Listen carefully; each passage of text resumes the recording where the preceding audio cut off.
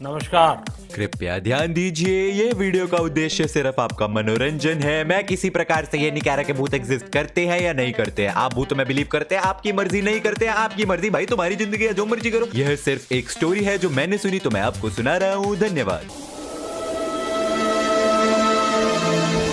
क्या आप लोग भूतों में विश्वास करते हैं? नहीं। अच्छी बात है, मैं भी नहीं करता। आज का स्टोरी टाइम थोड़ा सा अलग होने वाला है। अबे ऐसे कैसे बोल रहा है, ढंग से बोलना। माफ करना, इधर उधर निकल जाता हूँ। तो one genre of movies that I personally love is horror, and मैंने इतनी हॉरर मूवीज देख लिया है कि अभी मुझे ना लिटरली हॉरर मूवीज से डर लगना बंद हो चुका है। लास्ट स्कैरी मूवी जिससे मेरे को एक्चुअली देख के डर लगा था ना, वो थी, मगर क्यों? बड़ी डरावनी मूवी थी यार। ये हंस रहे हलकट हंस। नहीं। तो ऐसी ना परसों रात को मैं थर्ड फ्लोर गर्ल, क्या नाम था उस मूवी का, गर्ल ऑन थर्ड फ्लोर, हाँ गर्ल ऑन थर्ड फ्लोर करके हॉरर मूवी देख रहा था। उसमें सीएम पंक है एंड इतना फनी है, मतलब स्कैरी मूवी में हंसी आ रही थी मुझे। एंड तभी ना मम्मी रूम में आती है एंड मम्मी कहती है कि क्या कर रहा है। मैंने बताया मम्मी हॉरर मूवी देख रहा हूँ। तो मम्मी कहती है कि तू ना मेरे बचपन वाली वो हॉस्टल की स्टोरी क्यों नहीं सुना था अपनी अगली वीडियो में। एंड आई वाज लाइक ये भी ठीक है। तो ये स्टोरी जो है आज से 35-40 ईयर्स, 35 से 40 साल पुरानी है, जब मेरी मम्मी 12 से 13 साल की हुआ करती थी। एंड वो United Christian girls senior secondary school है सूरनसी जलंधर में, पंजाब में, वहाँ पे बोर्डिंग स्कूल में पढ़ा करती थी। तो वहीं पे वो हॉस्टल में ही रहती थी। बहुत हॉन्टेड था वो। एक्चुअली वो ना कब्रिस्तान पे बना हुआ था। तो जब मतलब मैं वहाँ गई तो पहले तो मेरे को कुछ ऐसे रियलाइज़ ही नहीं हुआ कि कुछ है इसमें। तो जब एक दो स्टोरी सुनी, मतलब मैं अभी बात कर रही हूँ तो मेरे को ऐसे गूज बम्स आ रहे हैं। अभी तक उस चीज़ का इफेक्ट है मेरे पे। मैं अकेले नहीं रह सकती घर पे अभी भी। इतने साल हो गए मेरे को। सो उस वक्त ऑब्वियसली इलेक्ट्रिसिटी वगैरह का तो बहुत ज़्यादा इशू हुआ करता था। कभी भी लाइट चली आती थी, कभी भी लाइट आ जाती थी, और इन्वर्टर्स तो थे नहीं। तो ऐसे ही एक दिन हॉस्टल में लाइट गई हुई थी, हर हॉरर मूवी की तरह यहाँ पर भी लाइट गई हुई थी। एंड मम्मी की एक बैचमेट हुआ करती थी जिनका नाम था, हम इस वीडियो के लिए उनको बुलाएंगे छल्ली। अबे साले। एंड उनकी एक बड़ी बहन हुआ करती थी जिनका नाम था टोपी। तो बैचमेट छल्ली एंड बड़ी बहन टोपी, ये दोनों हॉस्टल में साथ में ही रहती थी। अब रात का टाइम था और लाइट गई हुई थी। टोपी को, बड़ी बहन को बहुत तेज प्रेशर आया।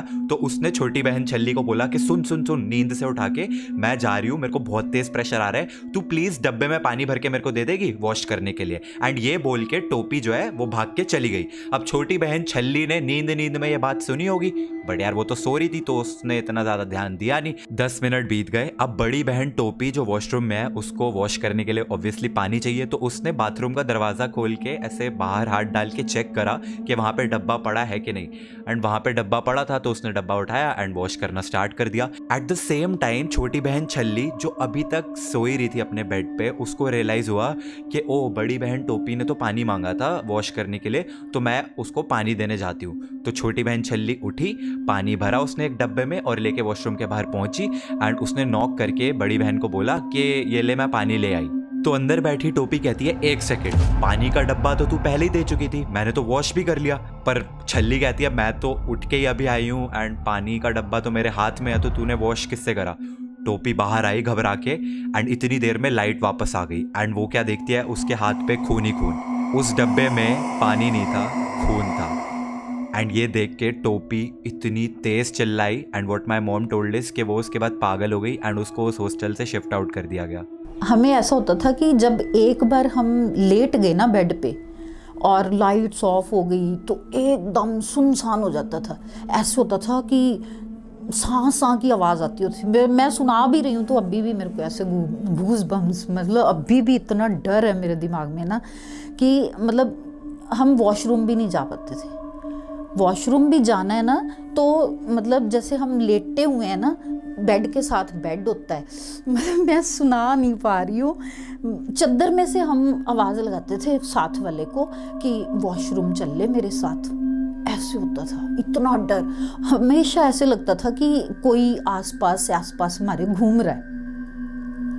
मतलब आंखें बंद कर ली तो बंद, फिर वो सुबह ही खुलेंगी जब दिन चढ़ेगा। अब ये तो एक स्टोरी है आउट ऑफ द मेनी जो मेरी मम्मी ने मेरे को बताई है। सो रात के डिनर का टाइम था एंड सारी लड़कियां मेस में खाना खाने के लिए इकट्ठा हुई थी एंड एज यूजुअल लाइट चली गई। ये साला सारी की सारी भूतियापंती लाइट जाने के बाद ही की होती है, कुछ समझाओ मेरे को। ये राज भी उसी के साथ चला गया। तो उस वक्त इन्वर्टर्स वगैरह तो होते नहीं थे, कैंडल्स वगैरह से काम चलाना पड़ता था। देख लो आज की पीढ़ी के युवा नागरिकों, एक जमाने में लोग मोमबत्ती पे जीवन व्यतीत किया करते थे, स्ट्रीट लाइट के नीचे बैठ के पढ़ा करते थे, हल चलाते थे, देश की तरक्की के लिए बहुत। तो ड्यूटी होती थी हेड गर्ल की कि वो कैंडल्स वगैरह लेके आएगी एंड कैंडल्स जलाएगी। तो हेड गर्ल जिसको हम इस वीडियो के लिए बुलाएंगे, एक तो ये नाम रखने वाला पार्ट सबसे मुश्किल है। बोतल, अबे साले, नहीं, पानी। तो हेड गर्ल पानी, बहुत ही जाबाज, एकदम निडर, वो और उनकी एक फ्रेंड उठी एंड यूटिलिटी रूम में कैंडल्स लेने के लिए गई। जैसे ही उन्होंने यूटिलिटी रूम का दरवाजा खोला, उनके सामने जमीन से लेके छत तक एक वाइट इमेज खड़ी हुई। मुझे लिटरली नरेट करते हुए भी कि वो इंसिडेंट कैसा होगा, ऐसे गूस बम्स आ रहे हैं। एंड हेड गर्ल पानी की फ्रेंड तो वहीं से भाग गई, लेकिन हेड गर्ल पानी काफ़ी ब्रेव थी। वो ऐसा उस वाइट इमेज को देखते देखते कॉर्नर से ड्रॉअर के पास गई, कैंडल्स निकाल के भाग के निकली वहाँ से एंड चिल्लाते हुए मेस में आई एंड वहीं पे आके फेंट हो गई। हम एक रूम में 8 गर्ल्स होती थी, हमारे 8 बेड लगे होते थे, 4 इधर 4 इधर। और हमारा बेड ना, मतलब मेरे को जगह मिली बिल्कुल विंडो के साथ। तो मैंने कहा मैं तो विंडो के पास बिल्कुल नहीं लेट सकती। मैंने अपना मतलब बेड एक्सचेंज करा और सेंटर में आ गई। और जो विंडो के साथ वाली थी ना, उसको वो बता रही थी कि उसको ऐसे रियलाइज़ होता था कि अंदर मतलब विंडो में कोई हाथ डाल के मेरे को खींच रहा है। इतना मतलब जैसे वो होती है ना आजकल जो मूवीज दिखाते हैं, बिल्कुल वही वाली स्टोरी। एंड वो हॉस्टल जो था मम्मी का, वो कब्रिस्तान पे बना हुआ था। That was a proven fact. ये कोई मेड अप थिंग नहीं है, कोई मैं अपनी तरफ से या फिर मम्मी अपनी तरफ से नहीं बता रही। वो वहाँ पे लिखा हुआ था कि ये कब्रिस्तान हुआ करता था। जैसे हम अपना बस से उतरे और अंदर घुसते थे ना, तो वहाँ पे एक ऐसे छोटी सी वो पत्थर लगा हुआ था, उसके ऊपर क्रॉस का साइन था और उस पे लिखा हुआ था कि ये पता नहीं क्या नाम था, अब तो बहुत साल हो गए, भूल गई मैं कि किसकी कब्र है ये।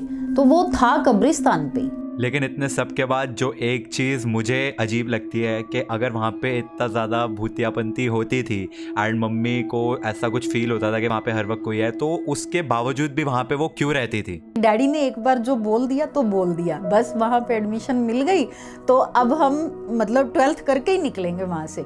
और सबसे बड़ी बात, वहाँ पे मेरे को वो स्कॉलरशिप मिलने लग गई, तो फीस कोई होती नहीं थी। 10 रुपये लगते थे मेरे फीस के, 1 महीने के, सिर्फ 10 रुपये।